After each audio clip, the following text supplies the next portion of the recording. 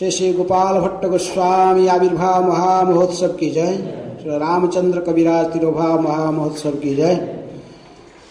समवेत वैष्णव भक्तवृंद की जय। All glories to assembly of devotees, all glories to assembly of devotees, all glories to assembly of devotees. Shri गुरु श्री गौरांग श्रील प्रभुपाद की। ओम अज्ञानातिमिरान्धस्य ज्ञानाञ्जन शलाकया चक्षुरुन्मीलितं येन तस्मै श्रीगुरुवे नमः। श्रीचैतन्य मनोभीष्टं स्थापितं जनभूतले स्वयं रूपः कदा मह्यं ददाति स्वपदान्तिकं। वन्देऽहं श्रीगुरुः श्रीयुतापदकमलं श्रीगुरुं वैष्णवांश्च श्रीरूपं साग्रजातं सहगण रघुनाथानितं तं सजीवं साद्वैतं सावधूतं परिजनसहितं कृष्ण चैतन्यदेवं श्रीराधा कृष्णपदान् सहगण ललिता श्रीविशाखान्वितांश्च। नमो विष्णुपादाय कृष्णप्रेष्ठाय भूतले श्रीमते भक्तिवेदांत स्वामिनिति नामिने। नमस्ते सरस्वती देवे गौरवाणी प्रचारिणे निर्विशेषः शून्यवादी पाश्चात्यदेशतारिणे। नानाशास्त्र विचारणैकनिपुणौ सद्धर्म संस्थापकौ लोकानां हितकारिण्यौ त्रिभुवने मान्यो शरण्यकरौ। श्रीराधा कृष्ण पदारविन्द भजनानन्देन मत्तालिकौ वन्दे रूप सनातनौ रघुजुगौ श्रीजीव गोपालकौ। नमो महावदन्याय कृष्ण प्रेम प्रदायते कृष्णाय कृष्ण चैतन्य नामिने गौरतिसे नमः। हे कृष्ण करुणा सिंधु दीनबंधु जगत्पते गोपेश गोपिका कांत राधा कांत नमस्तुते।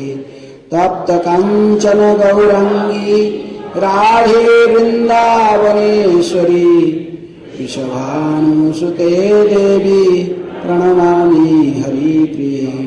वंशाकल्पतरुभ्यश्च कृपा सिन्धुभ्येव च पतितानां पावनेभ्यो वैष्णवेभ्यो नमो नमः। श्रीकृष्ण चैतन्य प्रभु नित्यानंद श्री अद्वैत गदाधर शिवासादि गौरभक्तवृंद। हरे कृष्णा कृष्णा कृष्णा हरे हरे, हरे राम राम राम हरे हरे।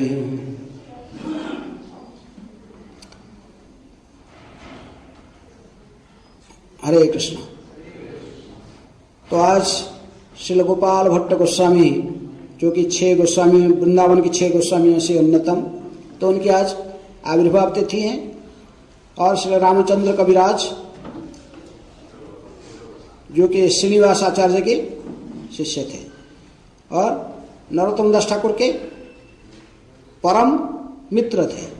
कई गीत में नरोत्तम दास ठाकुर कहते कि रामचंद्र संगम आगे नरोत्तम दास। रामचंद्र कविराज इतने बड़े महान वैष्णव थे जिनकी संग सदा नरोत्तम दास ठाकुर के अभिलाष करते थे।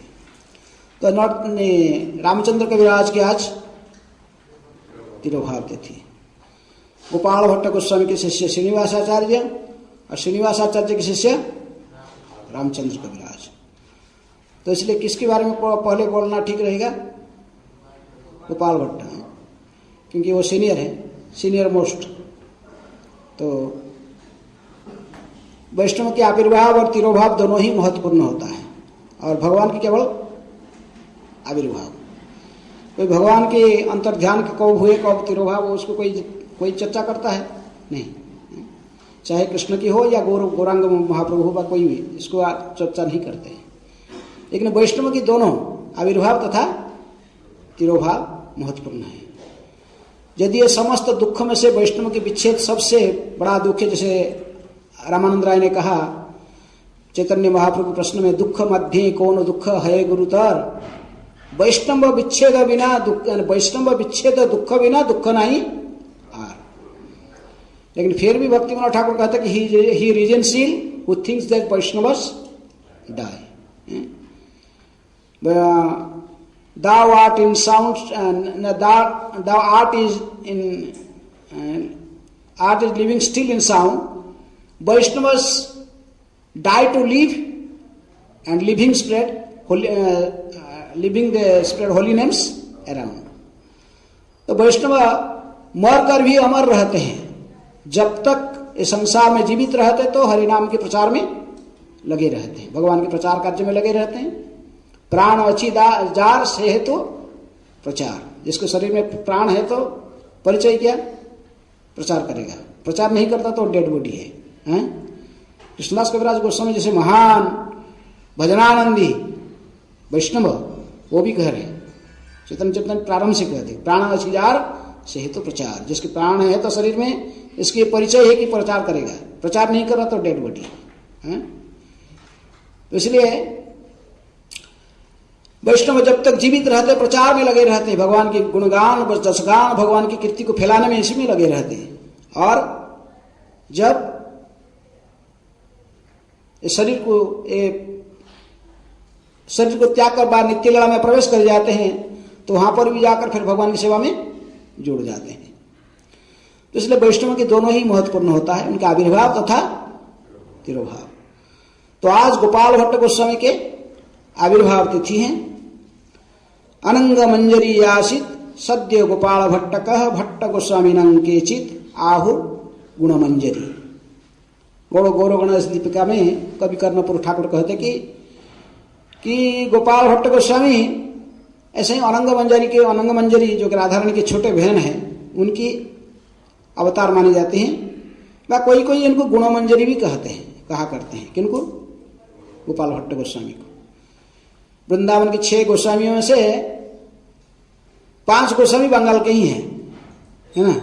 एक ही परिवार के तो तीनों थे, रूप सनातन और जीव गोस्वामी। और रघुनाथ दास गोस्वामी भी वही बंगाल के सप्तग्राम के थे।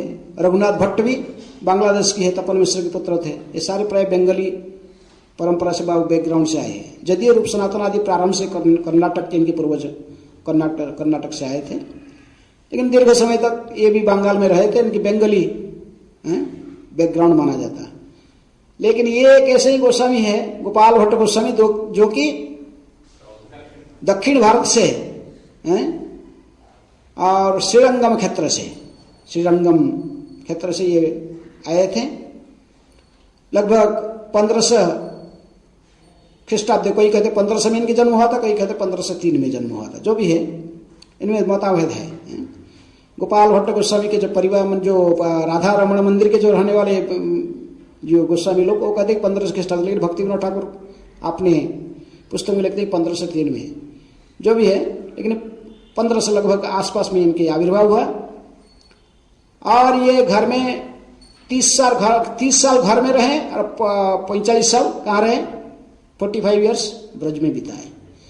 इस प्रकार लगभग 85 साल जीवित थे, 1585 तक। तो और गौरांग इनके पिताजी माताजी कौन थे? वेंकट भट्ट, इनकी प्रसिद्ध रंगनाथ जी के पुजारी इनके पिताजी थे। गौरांग महाप्रभु जब भ्रमण करते करते दक्षिण भारत की गस्त में श्रीरंगम में पहुंचे और श्रीरंगम में अद्भुत नृत्य कीर्तन किए थे। अतिमर्त्यानि भगवान के अतिमर्त्य माने ये जो कीर्तन था, इसको कोई सांसारिक व्यक्ति ऐसा कीर्तन नहीं कर सकता। महाप्रभु की विशेषता उनके सौंदर्य था, क्योंकि राधा रानी की भाव कांति को धारण कर रखे थे। तो उनकी सुंदरता, इनकी इतनी सुंदर थे महाप्रभु, गौरांग महाप्रभु को देख करके आश्चर्यचकित रह जाते थे लोग। तो गौरांग महाप्रभु लगभग 7 फुट से भी अधिक उच्च थे, लंबे थे और पूरे आजान लंबित भुजौ कनकावदात, पिघले हुए सोने के समान उनके संग रंग शरीर का कांति था। और दोनों हाथ बाहु ऊपर ऊर्ध्व बाहु करते हुए नाचते थे, हरे कृष्ण कृष्ण कृष्ण हरे हरे हरे राम राम राम हरे हरे। जो नाचते थे आंख से अश्रुओं की धारा, वो केवल शिक्षा नहीं दी है, उसको प्रैक्टिकल भी निभाए। नयनात् गलदस्रु धारया बदनम गदगद रुद्धया गिरा पुलकैर निशितंग बपु कदा तब नाम ग्रहणे भविष्यति। वो स्वयं इसको प्रैक्टिकल निभा रहे थे, नाच रहे थे, गा रहे थे। तो उस समय जब गा रहे थे, कीर्तन करते थे, तो शरीर में अष्टसात्विक लक्षण प्रकट हो जाते थे। रंगनाथ में साउथ इंडिया में तो वो बेचारे बैठकर अपने यज्ञ लगाकर बहुत मंत्र तंत्र पढ़ाई चलता था, बहुत जोर से मंत्रोच्चारण चलता था, सब स्वाहा स्वाहा करते थे, कई प्रकार की मंत्र उच्चारण होता था। लेकिन जो गौरांग महाप्रभु पधारे, वो उनके मंत्र सब स्तब्ध हो गए। सब आश्चर्यचकित होकर इनकी तरफ देखने, ये कौन व्यक्ति है? इनको सौंदर्य को देखकर सारे मुग्ध हो गए। वो यज्ञ छोड़ के सब इनको देखने लगे। इनको महाप्रभु की तरफ। महाप्रभु तो पूरा भाव विह्वल में नृत्य करते थे। और विशेष में वेंकट भट्ट जो कि रंगनाथ जी के पुजारी थे, इन्होंने बड़े आकर्षित होकर महाप्रभु के पास में देखे और इनके शरीर में पूरे 32 महापुरुष के लक्षण देखकर बड़े स्तब्ध होकर रह गए। गौरांग महाप्रभु की ऐसे जो कि अतिमर्त्यानि सौंदर्य और इनके कार्यकलाप को, इनकी कीर्तन को देखकर और उनके आंख से अश्रुओं की धारा को देखकर सब पूरे स्तब्ध होकर सब खड़े होकर देख रहे थे। कई समय तक नाचते गाते हुए, नृत्य कीर्तन करते हुए पछाड़ खाकर मूर्छित होकर महाप्रभु गिर पड़े। थोड़े समय में जब प्रकृतिस्थ हुए, फिर वेंकट भट्ट उनके पास में गए और उनको कहे कि बड़े इनको उठाए, इनको वेंकट भट्ट जाकर इनको प्रणाम किए और महाप्रभु के चरण को धूल स्पर्श किए। महाप्रभु ने इनको तुरंत ही आलिंगन किए। किनको? वेंकट भट्ट। तो वेंकट भट्ट ने इसलिए गए थे कि महाप्रभु के पास में वो जानते थे कि ये वैदिक सन्यासी है, और सन्यासी को भी सन्यासी कहीं इधर उधर खाते नहीं है। कहाँ खाते हैं? मायावादी से वो पता सामाजिक है कि वैष्णव सन्यासी नहीं तो आलिंगन नहीं करते हैं। लेकिन कहे कि निमंत्रण दिया अपने घर में भोजन के लिए। कौन? वेंकट भट्ट। सन्यासी उन दिनों में से केवल ब्राह्मण के घर में खाते थे। क्योंकि किसलिए ब्राह्मण घर खाते? ब्राह्मण घर में शालग्राम पूजन होते थे, इसलिए विष्णु प्रसाद वहां पर प्राप्त होता था। तो वेंकट भट्ट इनको स्वागत करके अपने घर में लेकर गए। अभी भी श्री रंगनाथ जी के मंदिर के पीछे, पश्चिम दर्जे पीछे पर रंगनाथ मंदिर के दोनों साइड में 2 नदी है। सामने 1 किलोमीटर दूरी पर कौन सा? कावेरी। और पीछे कोलेरिन। कौन सा रिवर? कोलेरिन। कोलेरिन रिवर, वो भी वही आकर कावेरी में मिल जाता है। लेकिन वैष्णव लोग अधिक पवित्र मानते हैं किस नदी को? कोलेरिन को। गौड़ीय वैष्णव कोलेरिन नदी को अधिक प्रसिद्ध, अधिक पवित्र मानते हैं, क्योंकि गौरांग महाप्रभु जब वेंकट भट्ट के घर में रहते थे, उसी नदी में जाकर स्नान करते थे नित्य। कहाँ? कोलेरिन नदी में। इसलिए अभी भी जाते, जो गौड़ीय वैष्णव जानते हैं, जाते थे महाप्रभु की जो रहते थे स्थान को दर्शन करके फिर जाके उसी नदी में स्नान करते। कोलेरिन नदी जहां पर गौरांग महाप्रभु स्नान करते, वो लोग आज भी बताते हैं। वहां के लोग, लोकल लोग बताएंगे यही स्थान में है जहां पर गौरांग महाप्रभु प्रत्येक दिन स्नान करते थे। तो इसलिए वेंकट भट्ट के घर में महाप्रभु पधारे। और वेंकट भट्ट के एकमात्र पुत्र थे कौन? गोपाल। गोपाल भट्ट लगभग उस समय 10-11 साल की उम्र में थे। और उन्होंने गौरांग महाप्रभु की अतिमर्त्यानि सौंदर्य को देखकर, गूढ़ कपट मानुष है, कृष्ण की तरफ ये भी गूढ़ कपट मानुष थे। ये मनुष्य नहीं थे, लेकिन मनुष्य की तरफ व्यवहार आचरण करते थे। लेकिन ये स्वयं भगवान थे, लेकिन अपने नित्य पार्षदों के पास में छुपे नहीं जाते। गोपाल भट्ट उनको देख करके सहज आकर्षण हो गया। किनके प्रति? महाप्रभु के प्रति। उन्होंने देखते ही रोना शुरू कर दिए। महाप्रभु तुरंत चरण स्पर्श किए और महाप्रभु तुरंत गोपाल को भी अपने गोद में ले लिए। बड़े स्नेह में, छोटे बच्चे थे 10 साल, तो महाप्रभु ने इनको गोद में लेकर बैठ गए। किसको? गोपाल।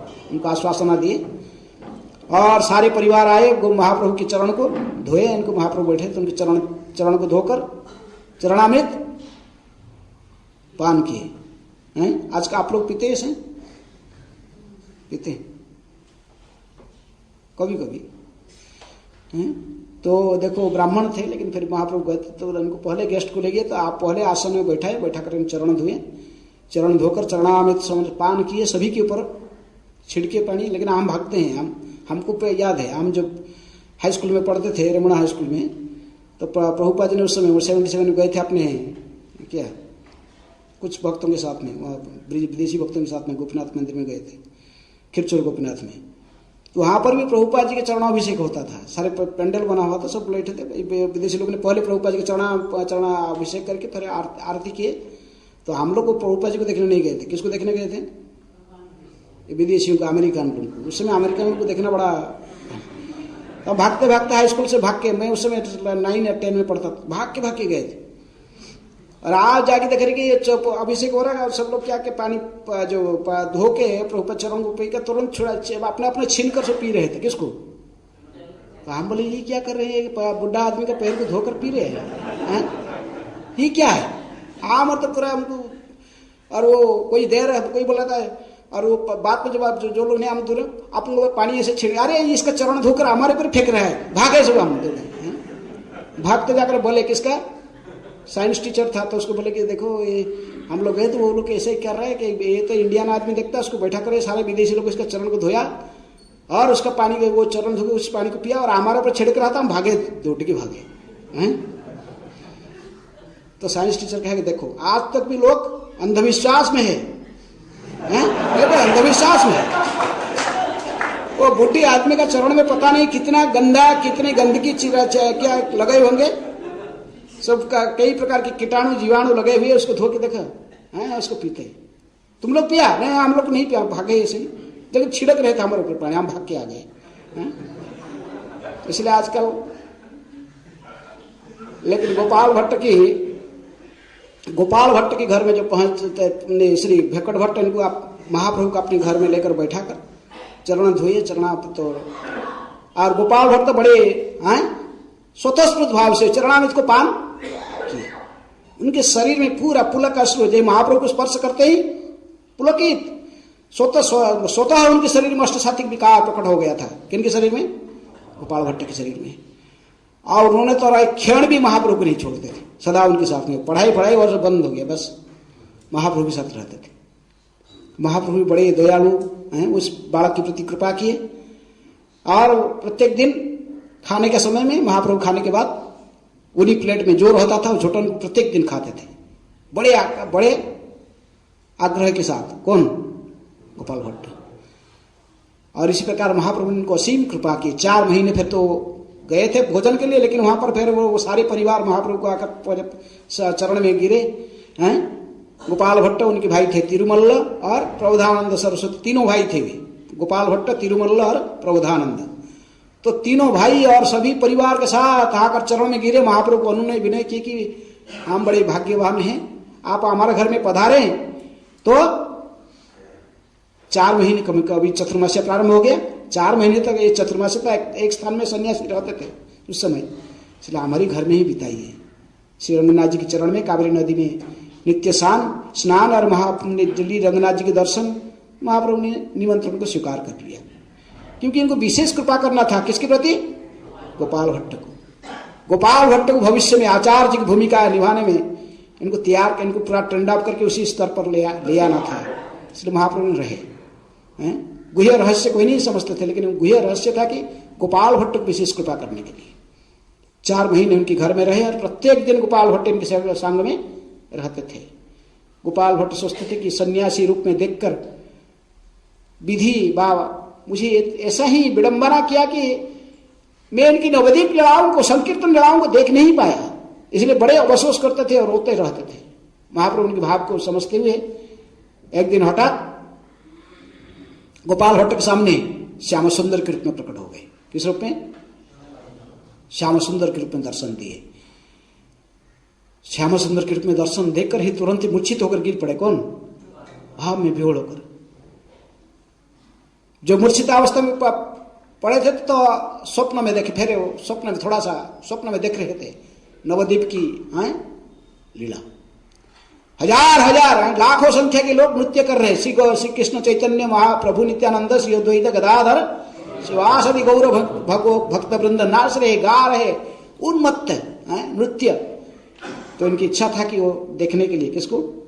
महाप्रभु की नवद्वीप लीला, जो संकीर्तन लीलाओं को देखे, अद्भुत स्वप्न, अन्य स्वप्न अद्भुत नवद्वीप लीला को देख रहे थे। और कुछ क्षण के बाद फिर उनकी प्रकृतिस्थ होकर देखे कि चारों साइड दिख रहे थे, और तो लीला तो नहीं दिख रहा था नवद्वीप लीला, लेकिन सामने कौन खड़े थे? गौरांग महाप्रभु। फिर वो देख रहे थे वही गौर सुंदर के रूप में खड़े हैं। फिर समझ गए यही गौर सुंदर है, यही श्याम सुंदर है। इनके दृढ़ विश्वास महाप्रभु के चरण में जब हो गया, महाप्रभु 4 महीने तो रहे कई प्रकार के। उनका सब परिवार पहले से ही लक्ष्मी नारायण के भक्त थे, श्री संप्रदाय के वैष्णव थे। प्रबोधानंद सरस्वती भी श्री संप्रदाय से संन्यास ले चुके थे, उसमें सन्यासी थे ऑलरेडी। महाप्रभु उनके घर में जाने के समय में वो सन्यासी थे, लेकिन वो श्री संप्रदाय से सन्यासी लिए थे। और महाप्रभु ने 4 महीने इस प्रकार उनकी वार्तालाप करके सारे परिवार को चैतन्य चैतन्य सुंदर वर्णन है कि इस प्रकार महाप्रभु ने वेंकट भट्ट को क्या बनाया? गौड़ीय वैष्णव बना दिए। लक्ष्मी नारायण की भक्ति से राधा कृष्ण की भक्ति में ले आए हैं। क्योंकि आप लोग लक्ष्मी की श्री जी को अपना मानते हो, श्री जी लक्ष्मी नारायण की पूजा करते हो, कि महाप्रभु ने देखे रंगनाथ जी नारायण नहीं, रंगनाथ जी की आप जो दर्शन किए हो वो 4 भुज वाले नहीं है। रंगनाथ जी के कितने हाथ हैं? 2 हाथ है। यदि अनंत सज्जा में सोए हुए लोग सोच रहे नारायण है, लेकिन हाथ उनके 2 ही है, 4 हाथ नहीं है रंगनाथ जी के। क्योंकि इनको तो वो विग्रह ओरिजिनली ब्रह्मा जी लेके आए थे। कहाँ से? ब्रह्मा लोक से उन्होंने लेके वो दिए थे महाराज इक्ष्वाकु वंश में विग्रह आकर रघुवंश में पूजा प्राप्त करते थे। और विभीषण को सांत्वना प्रदान करने के लिए भगवान रामचंद्र जी ने विग्रह दिए थे। किसको? विभीषण को ले जाने के लिए लंका में रघु की पूजा करने के लिए। लेकिन विभीषण जब जा रहे थे तो भगवान वहीं रह गए। कावेरी भूल गए अपना प्रतिश्रुति की कहीं रखेंगे नहीं, सीधे लेके जाएंगे। और कावेरी नदी के किनारे रखकर जब विभीषण चले गए स्नान आदि करने के लिए, नित्य कर्म कंप्लीट करके आए, तो भगवान और कहे कि बस वहीं रह गए, उठा ही नहीं सके। कहे कि आपने भूल किया तुम्हारी प्रतिश्रुति। तो बड़ा इतिहास है क्यों भगवान वहां रह गए। तो इसलिए भगवान रंगनाथ की भक्त थे, लेकिन ये श्री संप्रदाय रामानुजाचार्य के प्रभाव से ये सब लक्ष्मी नारायण की इष्ट मानते थे। लेकिन महाप्रभु ने इनको समझाया, लक्ष्मी तो ठीक है, आप लोग लक्ष्मी का आराधना करते हो, लक्ष्मी तो श्री देवी है, सौभाग्य की देवी है। लेकिन हमारे जो भगवान एक ग्वाला है, कौन? कृष्ण। ये फिर वो लक्ष्मी क्यों चाहता है कि रास में नृत्य करना है? वर्णन भागवत में लक्ष्मी भी इच्छा प्रकट करती कि रास में जाकर कृष्ण के साथ ग्वाला के साथ नाचने की इसको क्या जरूरत है? ये तो सौभाग्य की देवी है, ऐश्वर्य की देवी है। तो उन्होंने बताया कि अरे इसमें क्या मैंने गड़बड़ी में तो देखा नहीं पड़ रहा था कुछ है, इसमें कुछ क्या फर्क है?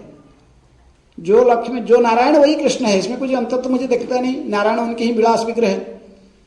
लेकिन महाप्रभु ने कहा कि वो बात तो सही है, लेकिन लक्ष्मी को चांस नहीं मिला रास में नृत्य करने के लिए। यही है कारण कि उनको चांस नहीं मिला, वो नृत्य करने के लिए चांस नहीं मिला। अभी तक भी तपस्या कर रही है, कहाँ? बिल्लोवन में। तो फिर वो वेंकट भट्ट देखे जुक्ति से महाप्रभु के साथ जुक्ति नहीं कर सकते। तो कहेगा आप स्वयं भगवान वही कृष्ण लग रहे, आप ही स्वयं वही कृष्ण है, आप सब जानते रहे।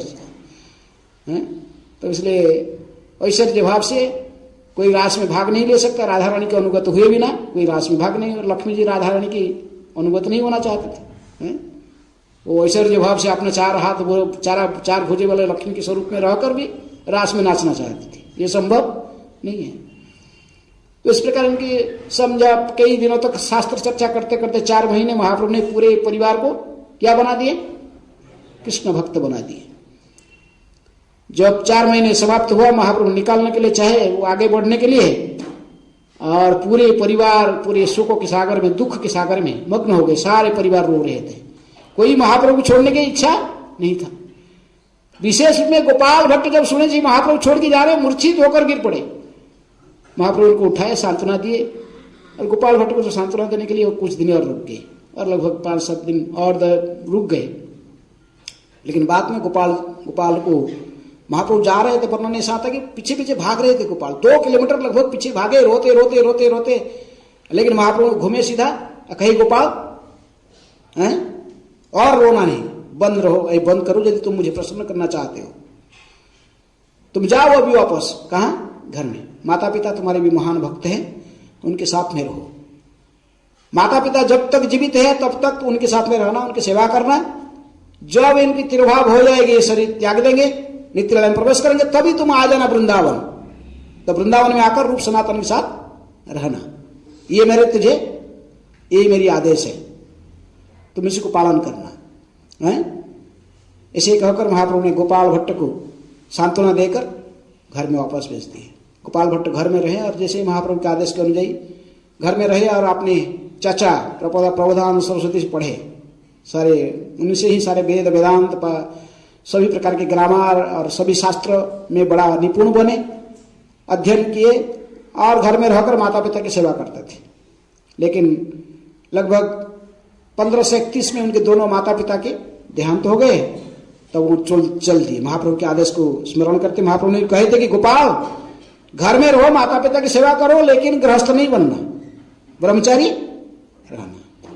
उनके माता पिता भी सुने थे, गोपाल भट्ट का माता पिता सुने थे, लेकिन जब महाप्रभु ने आदेश दिए तो वो लोग कुछ इसका प्रतिवाद नहीं किए। तो उन्होंने आया, गोपाल ने वृंदावन आ गए। आकर महाप्रभु ने पहले ही स्वप्नादेश देकर रूप सनातन को बता दिए थे कि गोपाल आ रहा है, आप अपने छोटा भाई के समान इसके स्नेह करके रखना पास में। मैं उनके घर में चतुर्मास्य में 4 महीने था।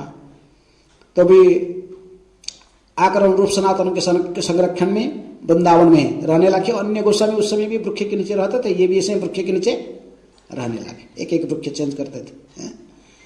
लेकिन इनकी मन व्याकुल होता था देखने के लिए, किनको? महाप्रभु के दर्शन में। सोचते थे पूरी जाऊंगा, महाप्रभु के साक्षात दर्शन किए बिना मैं जीवन धारण नहीं कर पाऊंगा। लेकिन महाप्रभु ने स्वप्न में कहा कि गोपाल रहो, मैं अभी आने वाला हूं वृंदावन, वहीं रहो, धैर्य धारण करो। गोपाल भट्ट जब वृंदावन में पधारे, रूप सनातन खबर भेज दिए जो पत्र देकर महाप्रभु को। महाप्रभु उस समय गदाधर पंडित के पास में बैठकर भागवत की चर्चा कर रहे थे, सारे वैष्णव बैठे हुए थे चारों सीट में।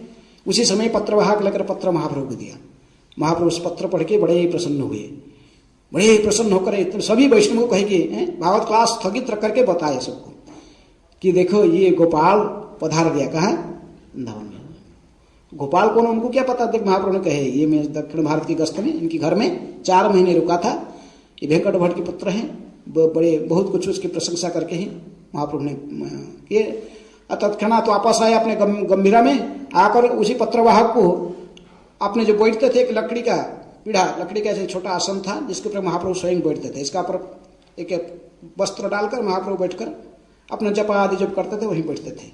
तो उस लकड़ी की पीढ़ा जो आसन था उसको भी दिए, और उसके ऊपर जो कपड़ा रहता था उसको दिया। अपने कौपिन, बहिर्वास और जगन्नाथ जी के तुलसी माला, जगन्नाथ जी के 12 हाथ के तुलसी माला होता है, तो तुलसी माला को लाकर तुलसी चंदन यात्रा की जो चंदन और तुलसी माला ये सब देकर कहे कि ये सब लेकर दे देना, किसको?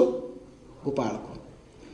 तो इसलिए महाप्रभु की ये सब प्रसादी को प्राप्त करके गोपाल भट्ट बड़े प्रसन्न हो गए। उनके साक्षात महाप्रभु के ही तदीय, भगवान की तदीय समझकर इनको रखकर डेली पूजा करते थे, और उन्हीं को ही, उनको महाप्रभु से अभिन्न मानते हुए सदा उन्हीं को ही हृदय में धारण करते थे। लेकिन इसके बीच में गौरांग महाप्रभु के अंतर्ध्यान हो गया, थोड़े और 1-2-4 साल में महाप्रभु अंतर्ध्यान हो गए। गौरांग महाप्रभु के अंतर्धान की जो खबर सुने तो वज्रपात हुआ। किसके सिर पर? गोपाल भट्ट की।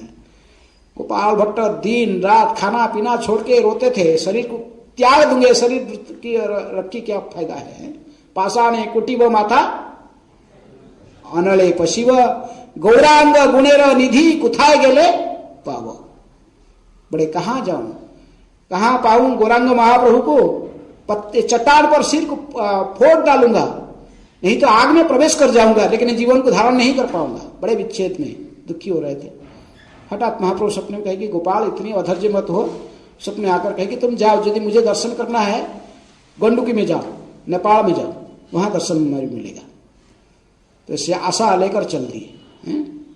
बड़ा कहानी है, मैं बहुत ब्रीफली जा रहा हूं। तो उन्होंने आया निकाल कर, कहा जाता कि वो हरिद्वार के मार्ग पर, हरिद्वार के पहले वो आज भी एक गांव है सहारनपुर डिस्ट्रिक्ट के पास, देवबंदी ग्राम, एक कस्बा है देवबंदी है। तो जब उसी गांव में पहुंचे, गोपाल भट्ट, शाम समय हो रहा था, एक ब्राह्मण के घर में आश्रय लिए, बारिश हो रहा था अभी, इसलिए ब्राह्मण ने निमंत्रण करके लिया अपने घर में। उस ब्राह्मण के घर में रात्रि बिताए। वैष्णव जहां रहते थे तो वहां पर किसी घर में रहेंगे, हैं, भोजन भी करेंगे तो उसको कुछ दे के भी आते हैं। क्या देते हैं? वहां पढ़ते हैं, वहां पर भागवत की चर्चा की। रात्रि में सारे परिवार वर्ग बैठकर उनसे बुखारबंद से भागवत श्रवण किए।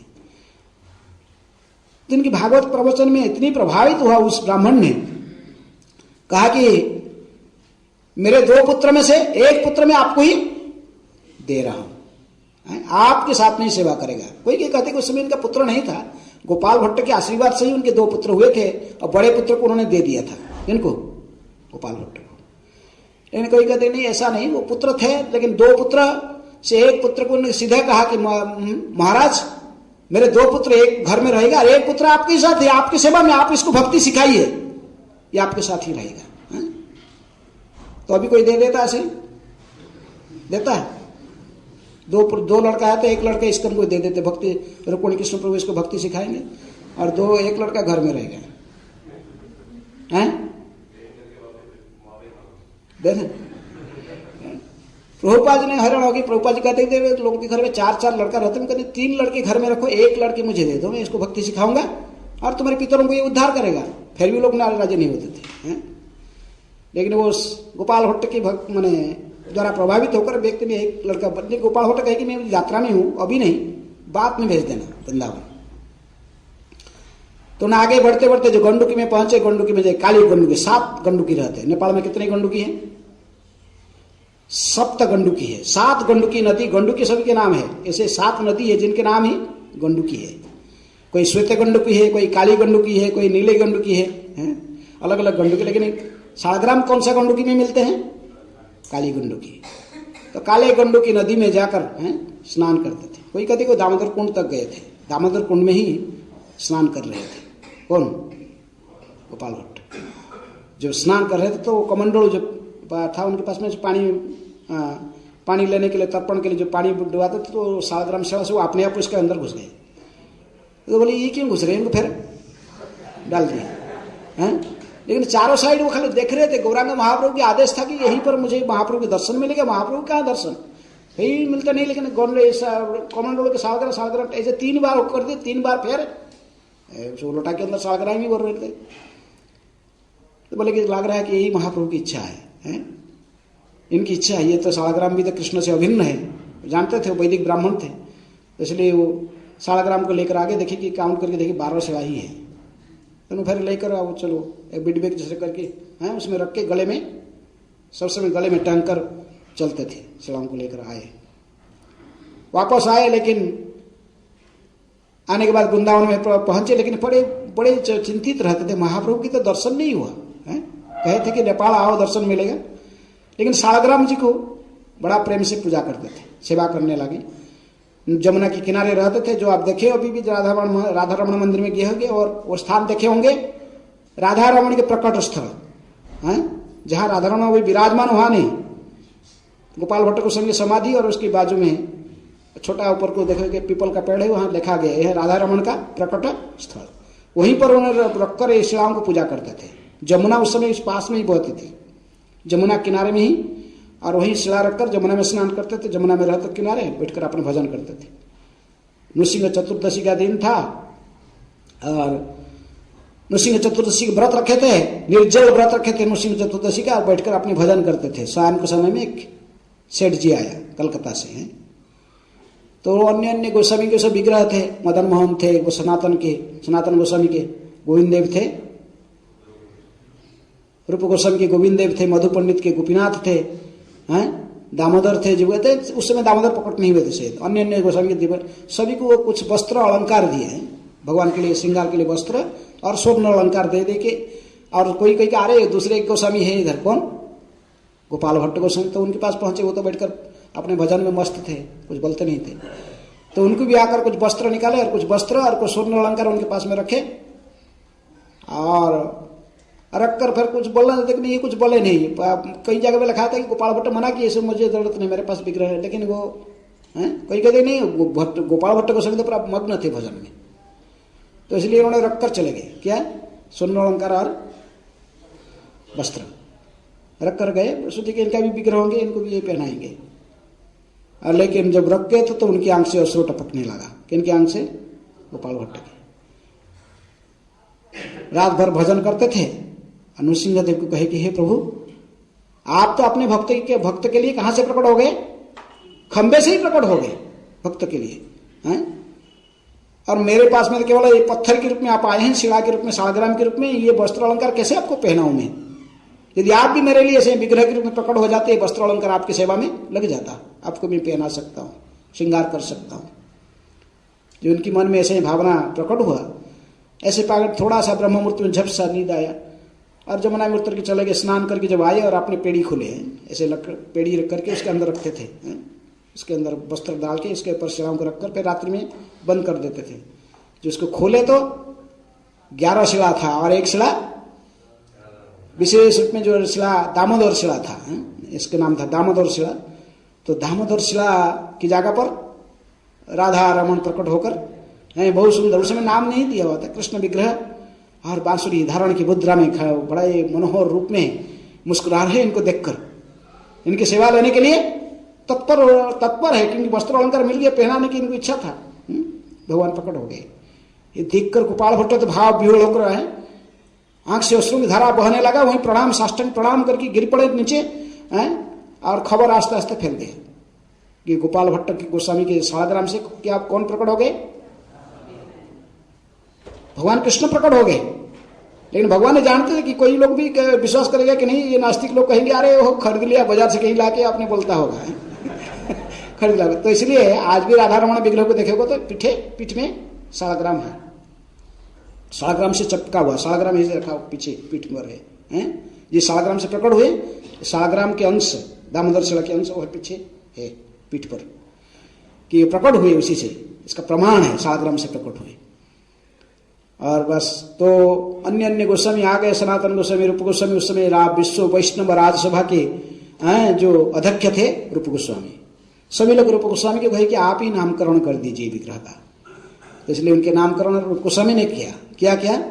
राधा रमण, श्री राधा रमण लाल की। तो इसी प्रकार गोपाल भट्ट गोस्वामी की भक्ति में प्रकट हो गए। कौन? राधा रमण। अभी राधारमण तो प्रकट हो गए, बड़े उत्साह के साथ सेवा करते थे, लेकिन फिर भी गौरांग महाप्रभु की विरह उनको सताता था। तो इसलिए कहा जाता कि राधा रमण ही फिर गौर सुंदर बनकर भी इनको दर्शन देते थे। किनको? गोपाल भट्ट को। गौर सुंदर के विच्छेद जब इनको सताने लगा, फिर राधा रमण ही स्वयं गौर सुंदर के रूप में इनको दर्शन देते थे। सेवा पूजा चलता था, आस्ते आस्ते इनकी उम्र में आगे बढ़ते जा रहा था। सोचते थे कि कैसे सेवा चलेगा आगे, भविष्य में राधा रानी की कौन सेवा करेगा। तो एक दिन जमुना में स्नान करके आ रहे थे तो देखे कि लड़का बैठा हुआ कुटिया की दर्जी पर है, 12-13 साल के लड़का, यंग लड़का बैठा। तो प्रणाम किया गोपाल भट्ट को देखकर, तुरंत प्रणाम किया। कही तुम कौन है लाला, कहाँ से आए हो? नहीं गोस्वामी जी भूल गए, आप हमारा घर में रुके थे। कहाँ? देवोबंदे ग्राम में आप गए थे, जा रहे थे नेपाल, और मेरे पिताजी ने मुझे भेजा आपकी सेवा के लिए। मेरे पिताजी ने आपको कहा था कि एक लड़का आपको दान कर देगा, हैं? और पिताजी के सारे इनको याद करें, बोला इसलिए मैं आया हूँ आपकी सेवा में। गोपाल भट्ट बड़े प्रसन्न हुए, उनको अपने साथ में लेकर आप साथ में ही रखें और उसको दीक्षा दिए। इसको दीक्षित करके उसके नाम रखे गोपीनाथ पुजारी, गोपीनाथ के नाम से प्रसिद्ध हुए हैं गोपीनाथ गोस्वामी। गोपीनाथ नाम रखे और वो तो ब्रह्मचारी रहे, गोपाल भट्ट की दीक्षा लेकर राधा रमण की सेवा में तत्पर रहे। लेकिन आस्ते आस्ते गोपाल भट्ट गोस्वामी भी नित्यला में प्रवेश कर गए। नित्यला में प्रवेश किए लगभग आषाढ़ कृष्ण तृतीया तिथि में, ऐसे ही तिरुभाव तिथि है। अभी आज आविर्भाव तिथि है, पौष, ये पौष महीना है। तो इसलिए दामोदर पुजारी ने, गोपीनाथ पुजारी सोचने से लागे कि राधा रमण की सेवा कौन कैसे चलेगा। फिर मेरे बात में, मैं ही तो ब्रह्मचारी, गुरुजी ब्रह्मचारी थे, मैं भी ब्रह्मचारी हूँ। तो फिर वो उनके छोटा भाई को भी ले आए, और दूसरा भाई जो घर में था, ग्रस्त था, दामोदर, तो उसको ले आए। उसके दामोदर पुजारी को ग्रस्त था, इसलिए उसके 3 पुत्र थे, हरिराम, मथुरानाथ और हरे राम हरे मथुरा नाथ और हरे कृष्ण, ऐसे 3 भाई थे वो, 3 लड़के को फिर सेवा करने लगे। तो उसी उन्हीं की वंश परंपरा सेवा कर रहे हैं। किनके? राधा रमन की वंश सेवा करते हैं। तो इसी प्रकार गोपाल भट्ट गोस्वामी की प्रेम से विहोड़ होकर राधा रमन पर, तो उनके गोपाल भट्ट के 3 मुख्य शिष्य, कई शिष्य थे लेकिन मुख्य शिष्य में से ये थे गोपीनाथ पुजारी, दामोदर पुजारी तो और श्रीनिवास आचार्य, हित हरिवंश गोस्वामी, जो कि राधा वल्लभ मंदिर के प्रतिष्ठाता है। बांकी बिहार के पास में राधा वल्लभ मंदिर है। राधा वल्लभ भी स्वयं प्रकटित विग्रह है। कहाँ से मिले ये विग्रह? सेवाकुंज से। तो ये भी इनके शिष्य थे। लेकिन हित हरिवंश गोस्वामी तो ब्रजवासी थे, राल के आसपास में उनके जन्म था। तो इसलिए ये क्या करते थे कि ये पान भी खाते थे, राधे राधे राधे राधे करते थे। गोपाल भट्ट कहे कि राधे राधे नहीं, हरे कृष्ण बोलो, हरे कृष्ण। इनको जितने बोलने पर वो राधे राधे ही करते थे। अब पान भी खाए तो बोले कि पान भी नहीं मानते, तो मना किया पान नहीं खाना। पान क्यों खाते हो? पान नहीं खाना, नहीं भगवान की प्रसादी है। तो ऐसे ही बार बार होते रहा तो फिर वो बिगड़े। बोले कि आप तो मेरे कोई भी उपदेश को पालन करते नहीं हो। मैं आपको बोला कि हरे कृष्ण महामंत्र की जप करने के लिए, वो भी नहीं करते हो, पान भी खाते हो, तो आज से मैं आपको शिष्य रूप में त्याग दिया। तो लेकिन कहते कि वो इतनी महान, तो फिर जाकर वो मानस सरोवर में भजन करने लगे। कौन? ये जब गोपाल भट्ट ने त्याग दिए तो ये जाकर रहे, लेकिन ये महान भक्त बने और राधा रानी की कृपा से इनको विग्रह भी राधा वल्लभ भी प्राप्त हुए सेवाकुंज से। लेकिन फिर भी बहुत प्रसिद्ध हो, बहुत धन इनके पास हुआ और मंदिर निर्माण के राधा वल्लभ का मंदिर प्रतिष्ठित हुआ। लेकिन डकायत लोग ने धन के लोभ में इनको मार डाले, मार के गला काट के फेंक दिए थे जमुना में। लेकिन गोपाल भट्ट गोस्वामी स्नान कर रहे थे जमुना में, तो कुछ इनके पैर में लगता था बार बार। गोपाल भट्ट डुबकी लगाई और देखी कि इसको उठाए तो क्या था? इनका ही सिर था। हित हरिवंश। बोले तुम हित हरिवंश, उसके नाम ही दिए थे वही गोपाल भट्ट। कहे बोले हाँ गुरुदेव, मैं आपका ही वही अधम परित्यक्त है शिष्य हूं। आप मुझे त्याग दिए, मैं आपके आदेश को उल्लंघन करने के कारण मुझे आध्यात्मिक जगत में प्रवेश किया, गोपाल मने अंतरंग सेवा में राधा कृष्ण की मैं वहां सेवा में प्रवेश का अधिकार नहीं है। आप मुझे क्षमा कीजिए, अब मेरे लिए प्रार्थना कीजिए, मुझे आदेश दीजिए, जैसे राधा ने मुझे स्वीकार करे फिर सेवक रूप में। अभी गोपाल भट्ट तो महान वैष्णव थे, इसलिए उनको प्रार्थना किए। प्रार्थना करके फिर इनको जो भगवान को प्रार्थना किए, माफ कर दिए, फिर वो लड़ा में प्रवेश कर गए। इसलिए यदि कोई कितने बड़ा महान बन जाए, लेकिन यदि गुरु अपराध है तो नित्य लड़ा में प्रवेश नहीं कर सकता, भगवान की सेवा में अधिकार इसको नहीं मिल सकता है। तो इस प्रकार हित हरिवंश भी उनके शिष्य थे और श्रीनिवास आचार्य इनके शिष्य थे। श्रीनिवास आचार्य नरोत्तम दास ठाकुर और श्यामानंद के साथ, जीव गोस्वामी के साथ पास में पढ़ाई करते थे। लेकिन जीव गोस्वामी ने स्वयं श्रीनिवास आचार्य जब दीक्षा लेने की इच्छा प्रकट की है तो उनको लेकर जीव गोस्वामी गए वहां। बोले मैं तो जो इतना ही, और एक मेरे से भी ज्यादा क्वालिफाइड व्यक्ति है, कौन? गोपाल भट्ट, उनके पास में लेकर उनसे दीक्षा दिलाए। इस प्रकार श्रीनिवास आचार्य इनके शिष्य बने हैं। बहुत सुंदर वर्णन आता है भक्ति रत्नाकर में। जब ये गए थे, कौन? जीव गोस्वामी जब इनको लेकर गए थे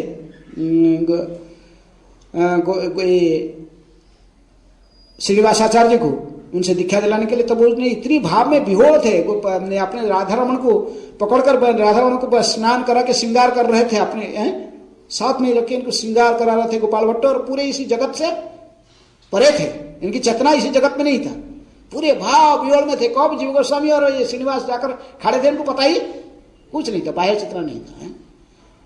पूरे भाव विहोर होकर वो अपने स्वतःस्फूर्त भाव से उनके मुख से श्लोकों के ऊपर श्लोक निकालता जाता था। गा रहे थे संस्कृत में, उधर संस्कृत स्कॉलर ही थे।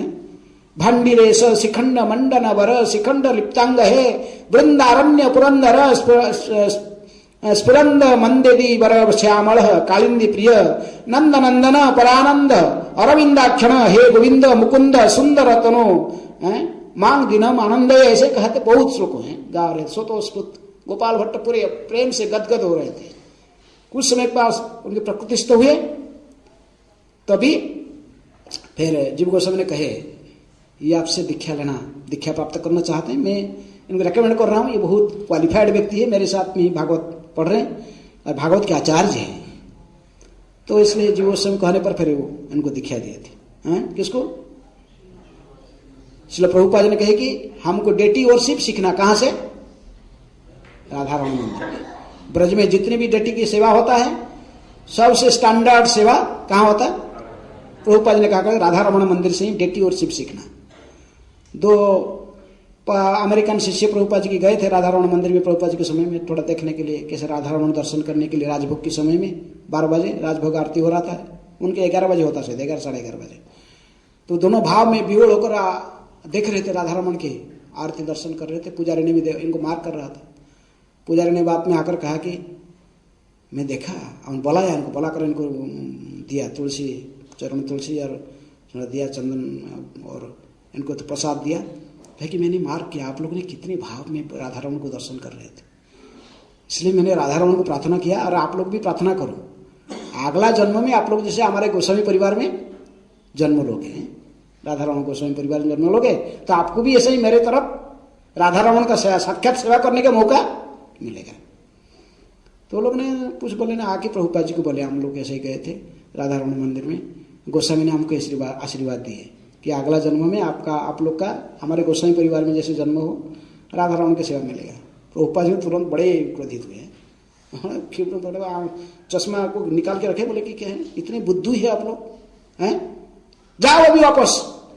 आपको इसको बोलना था कि आप अभी ऐसे ही राधा रमण की आरती करते रहते हो, ऐसे आरती घुमाते रहो, और हम भी प्रार्थना करते कि अगला जन्म में आप हमारे इस्कॉन में आके किसी भक्त के घर में जन्म हो, और फिर प्रचार के अधिकार मिलेगा। गौरांग महाप्रभु की वाणी को पूरा विश्व में प्रचार करने के आपको भी अधिकार मिलेगा। प्रभुपाद जी कहेंगे वो केवल घंटी उला रहा है, वो कनिष्ठ सेवा है, कनिष्ठ है, इसको है वो अपने को बड़ा महान सोच रहा है, तो उसको प्रचार नहीं, प्रचार करते मध्यम अधिकारी का काम है प्रचार करना। तुम लोग प्रचार में लगे हुए, आप उनसे श्रेष्ठ हो, तो उसको बोलना चाहिए, इसको जाके बोलो कि आप ऐसे इस जन्म में ऐसे आरती करते रहो, किसका? राधा रमण का, और अगला जन्म में आपको फिर ऐसी भक्ति वेदांत स्वामी जैसे प्रभुपाद जैसे गुरु मिल जाएंगे, फिर आप प्रचार में लगोगे, पूरा दुनिया प्रचार करोगे। तो इस प्रकार हमको जानना चाहिए कि प्रचार ही सार, प्रभुपाद ने कहा प्रचार ही सार, प्रचार करना। राधा रमण चाहे प्रकटित विग्रह है, स्वयं प्रकटित विग्रह है, और श्याम सुंदर राधिका रमण जो प्रभुपाद जी के अपने शुद्ध भक्त के हाथ से जो प्रतिष्ठित विग्रह है, उनमें कोई अंतर नहीं है। ब्रज में कितनी राधा रानी की विग्रह देखिए, लेकिन हमारे वृंदावन में जब हमारे कृष्ण बलराम मंदिर में राधा श्याम सुंदर राधा रानी के जो विग्रह है, प्रभुपाद अपने स्वहस्त में इनको प्रतिष्ठित किया और अपने भक्ति से इनको बुला के लाया गोलोक वृंदावन से। तो इसलिए हम श्याम सुंदर व राधिका रमण से राधा रमण को कोई भिन्न नहीं देखना चाहिए। तो यही सिखाए, यही बात कहे थे गोपाल ने माधवेंद्र को कहते कि ये गोपीनाथ और मेरे में कोई अंतर नहीं है। तो इस प्रकार आज इनकी आविर्भाव तिथि है, किनका? गोपाल भट्ट के। मैं बहुत ब्रीफ में कहा, लेकिन फिर भी इतने समय हो गया। गोपाल कृष्णदास कविराज गोस्वामी बड़े भाव विह्वल होकर गोपाल भट्ट गोस्वामी को प्रणाम करते हैं चैतन्य चरितमृत में। अविरल गलदश्रु श्वेत धराभिराम प्रचुर पुलक कंप स्तंभ उचार्य नाम हरि इत्याद्यक्षरात् ज्वंत चेता स्फुरतु सह मे हृदय गोस्वामी गोपाल भट्ट। कौन बोल रहे हैं? कृष्णदास कविराज गोस्वामी। और जब चैतन्य चरितमृत लिखते थे तो इनके पास गए तो देखा कि मैं इसी शर्त में दूंगा कि आप मेरे नाम के ही उल्लेख नहीं करना चैतन्य चरितमृत में। तो बहुत इसे कई जाने सुने कोई एक दो स्थान होगा, नहीं तो गोपाल भट्ट गोस्वामी के बारे में वो बताया नहीं चैतन्य चरितमृत में। तो आज उसी परंपरा में गोपाल भट्ट गोस्वामी के शिष्य थे श्रीनिवास आचार्य। श्रीनिवास के आचार्य के शिष्य थे कौन? रामचंद्र कविराज।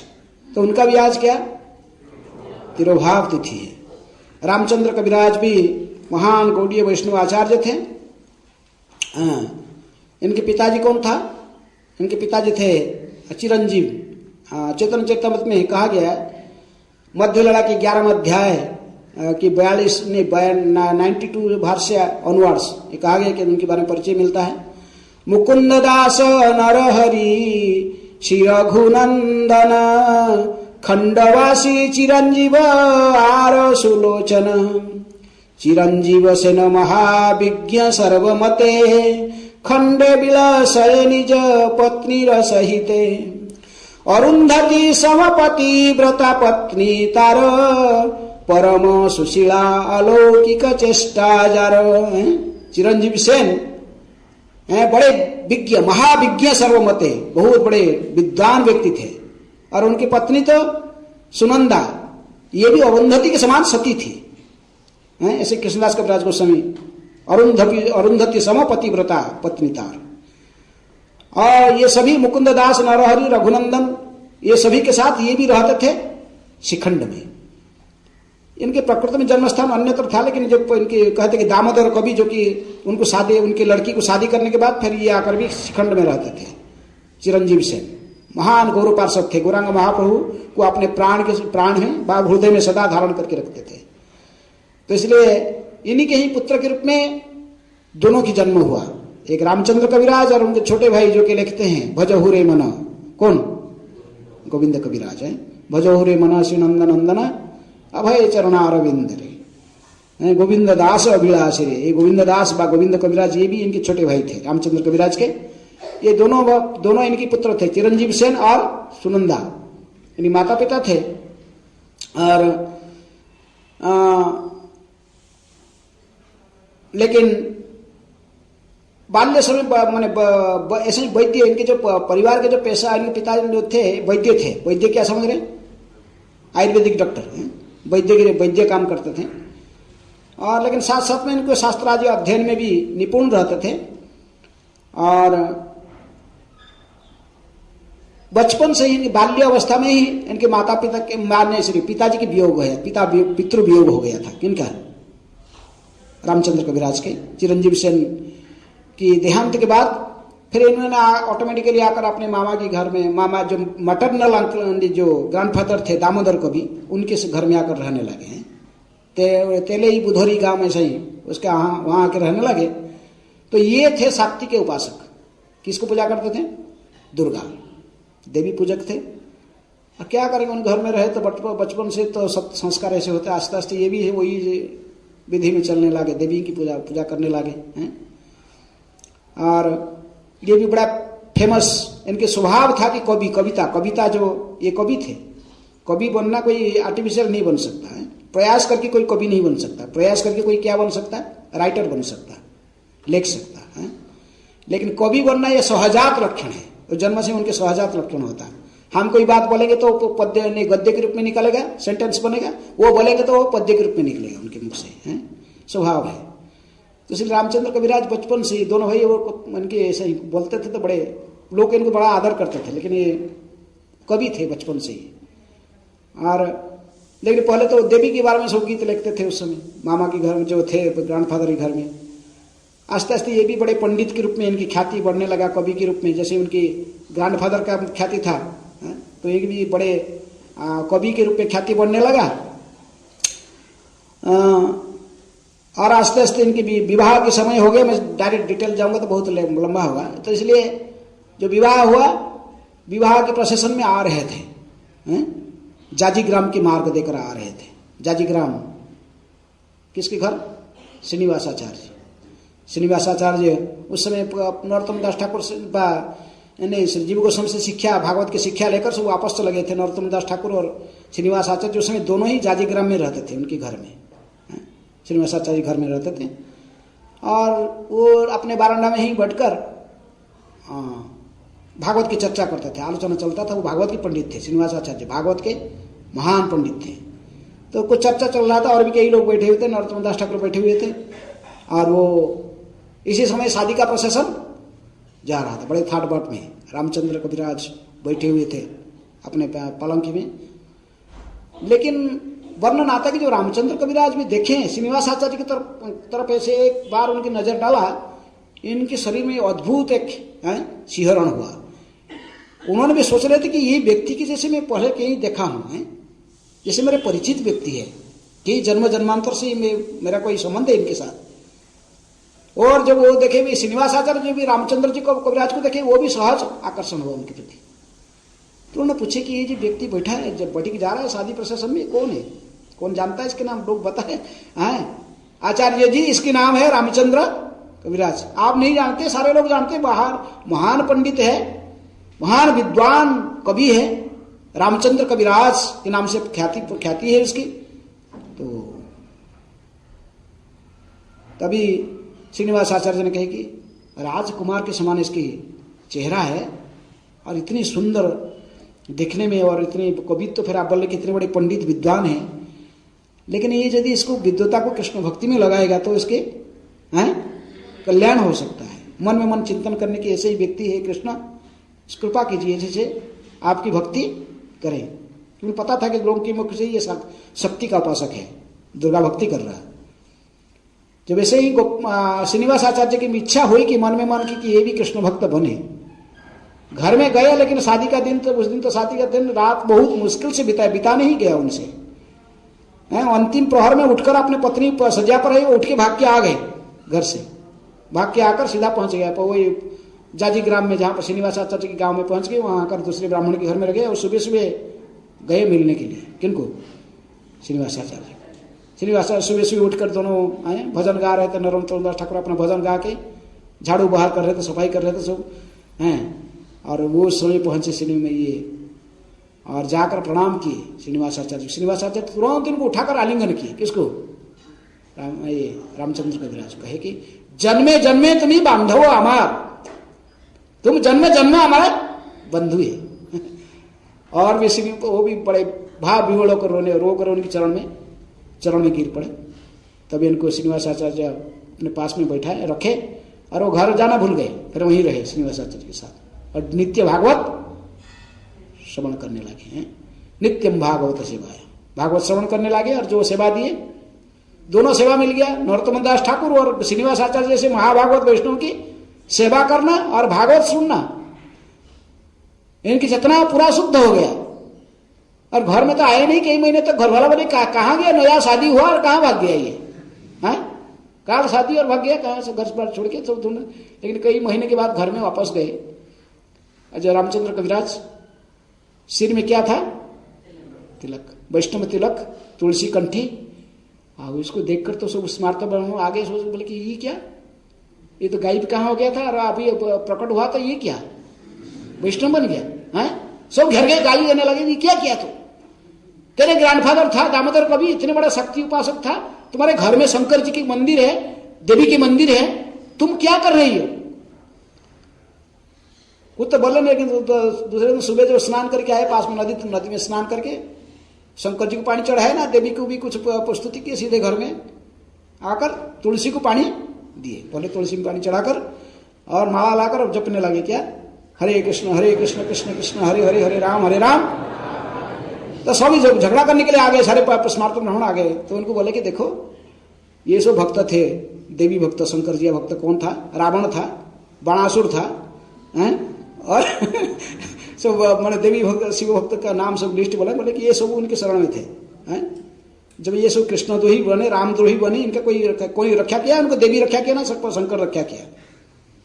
जो कृष्ण भक्त थे, प्रहलाद, जो पांडव लोग, ब्रजवासी जन, भगवान ने इंद्र की कृपा से भी ब्रजवासी को बचाया। और इतने सारे मैंने सब समय भगवान अपने भक्तों को रक्षा करते हैं, जो क्षमन को वहन करते हैं। तरोर मूल निषेचनेन तृप्यन्ते तत्स्कंध भुजोपशाखा प्राणोपहारेण यथा इंद्रियाणां तथैव सर्वाहन अच्युतेज्या। वृक्ष को हरा भरा देखना है, फल में तो जड़ में पानी देना पड़ता है। सुस्त सबल शरीर को रखने के लिए पेट में खाना पहुंचाना पड़ता है। इसी प्रकार ये सारे देवताओं के स्रोत कौन है? भगवान श्री कृष्ण।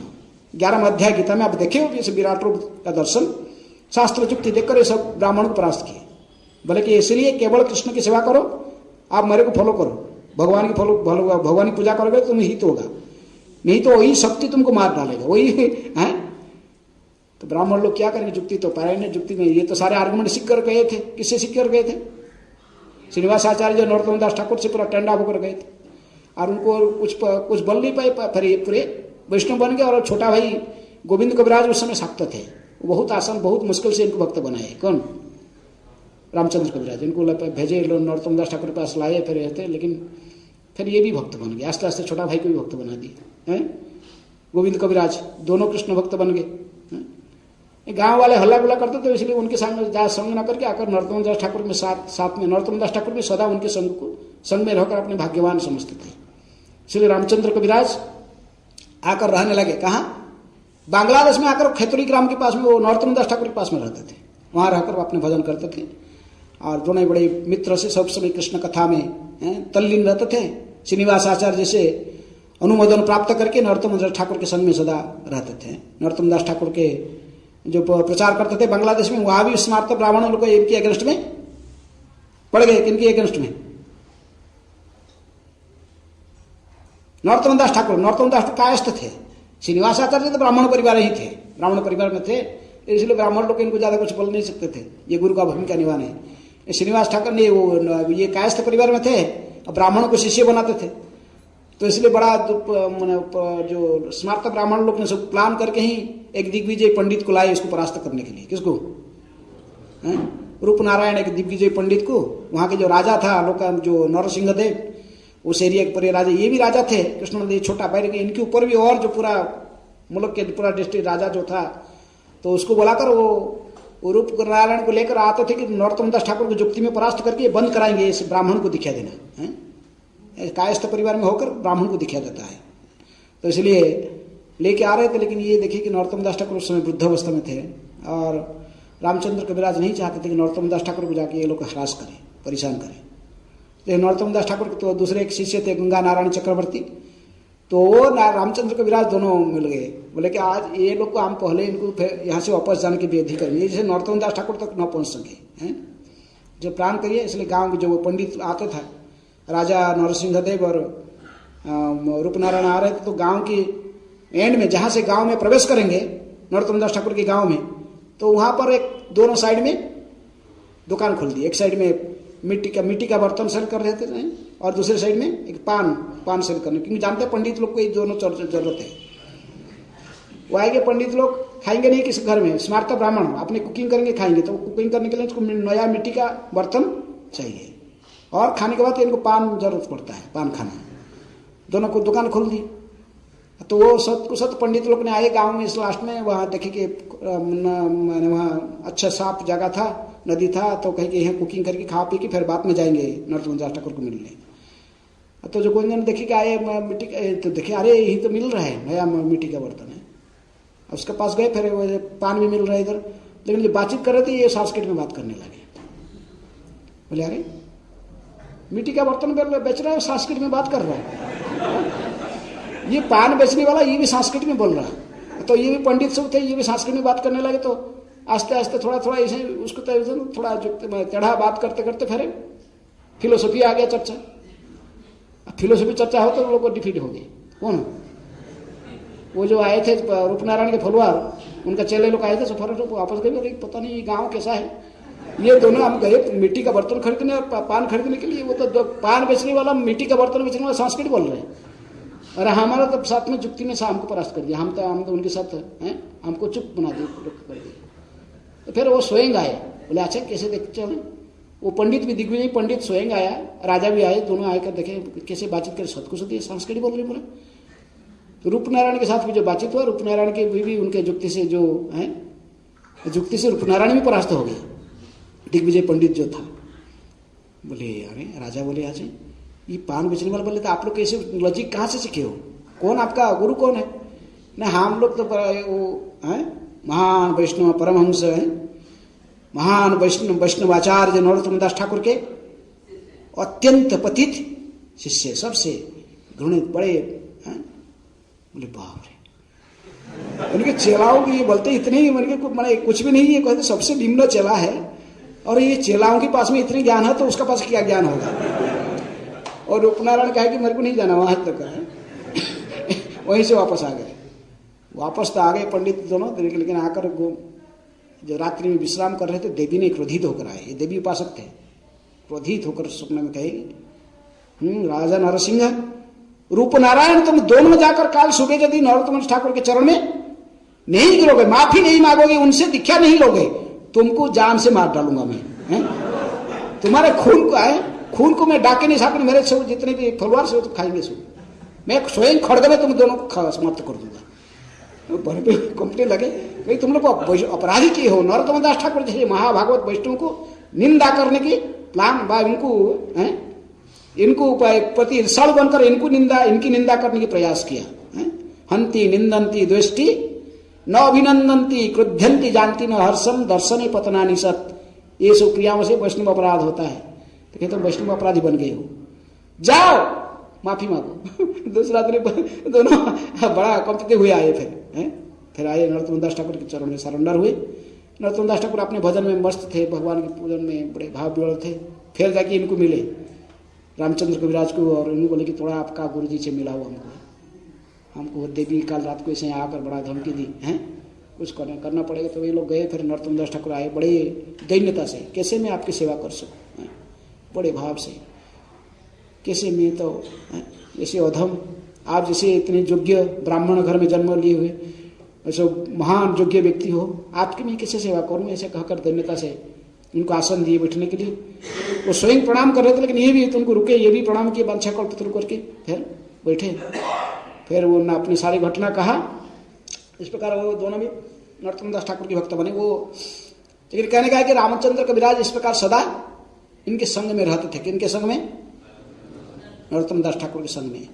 इसलिए कई भजन में प्रसिद्ध भजन तो आप लोग गाते हो, कहते रामचंद्र संगम आगे नरोत्तम दास, दया कर श्री आचार्य प्रभु श्रीनिवास, रामचंद्र संगम आगे नरोत्तम दास। मैं आप मेरे को दया कीजिए, आपका शिष्य को मेरे संग में दे दीजिए। किसका शिष्य थे वो? श्रीनिवास आचार्य के शिष्य। इस प्रकार रामचंद्र कविराज की कई कहानी ब्रज में जो आए, सारे नवद्वीप में भ्रमण किए। तो ईशान ठाकुर उस समय रहते थे जोगीपीठ में, उन्होंने बहुत कृपा की। वृंदावन में गस्त में भी आए, रघुनंदन ठाकुर से परमिशन लेकर, उस समय वयोज्येष्ठ वैष्णव थे श्रीखंड में रघुनंदन ठाकुर, उनसे परमिशन लेकर ये आए। और वृंदावन में भी सब गोस्वामी लोग ने इनके कवित्व को देखकर इनको कविराज के रूप में है, कोई यथार्थ टाइटल है इनके, क्या कविराज रामचंद्र। कोई कहते कि नहीं, गोस्वामी लोग ने ही टाइटल दिया था इनको कविराज की टाइटल। उस समय श्रीनिवास आचार्य भी वृंदावन में ही रहते थे। और फिर दोबारा जब उन्होंने वृंदावन गस्त में आए, तभी प्राय गोस्वामी लोग ने अंतरहित हो गए थे। गोस्वामी के विच्छेद में आए, उन्होंने इतने मर्माहत हुए तो शरीर यहीं त्यागे। कहाँ त्यागे? वृंदावन में ही इनके शरीर छूट गए। हाँ, यहीं पर त्यागे। इनकी समाधि है रामचंद्र कविराज की। एक तो 64 महंत की जो समाधि स्थल में तो है, और एक समाधि उनको वहाँ पर है जमुना के किनारे, उसको क्या कहते हैं, धीर समीर, उसी एरिया में भी है। तो इस प्रकार रामचंद्र कविराज की आज क्या है, तिरुभाव तिथि। इसे एक एक आचार्य के बनने तो बहुत विस्तार होगा, लेकिन समय बहुत हो चुका है, तो इसलिए रामचंद्र कविराज को मैं केवल समाप्त कर दिया बहुत ब्रीफली हैं। ओके। और फिर तो वो हमारा भक्त क्या कमांडर और कुछ ढूंढ रहे थे, बोले महाराज आपको और कुछ बोलना है तो हम देंगे आपको समाधि के बुक। फिर ढूंढ के मिला नहीं इनको, हैं? मैं तो मांगा नहीं आपको समाधि की तरफ, मैं तो मांगा नहीं, आप क्यों ढूंढ रहे हो? बोले हमारा मंदिर में उसे पढ़ाया जाता तिरुभाव। ठीक है। सुनी रामचंद्र कविता चमत्कार कविराज ख्याति है सम्मति सवार है। भक्ति रत्नाकर कहते कि रामचंद्र कविराज के कवित्व को सुनकर गोस्वामी लोग ने बड़े प्रसन्न हुए, इसलिए उन्होंने सभी इनको कविराज की पदवी प्रदान किया। रामचंद्र है कविराज ख्याति है सम्मति सवार। कई घटनाएं और है, लेकिन यहीं पर क्लास को कक्षा समाप्त करते। यदि कोई किसी दिन फिर रामचंद्र कविराज केवल इनकी होगा तो फिर उस दिन बोलेंगे रामचंद्र कविराज, पूरे क्लास जाएगा फिर वो है। ठीक है। हरे कृष्णा। श्री गोपाल भट्ट गोस्वामी आविर्भाव महामहोत्सव की, श्रील रामचंद्र कविराज तिरुभाव महामहोत्सव की जय। जगत गुरु श्रील प्रभुपाद की हिताय गौर प्रेमानंदे। प्रभुपाद की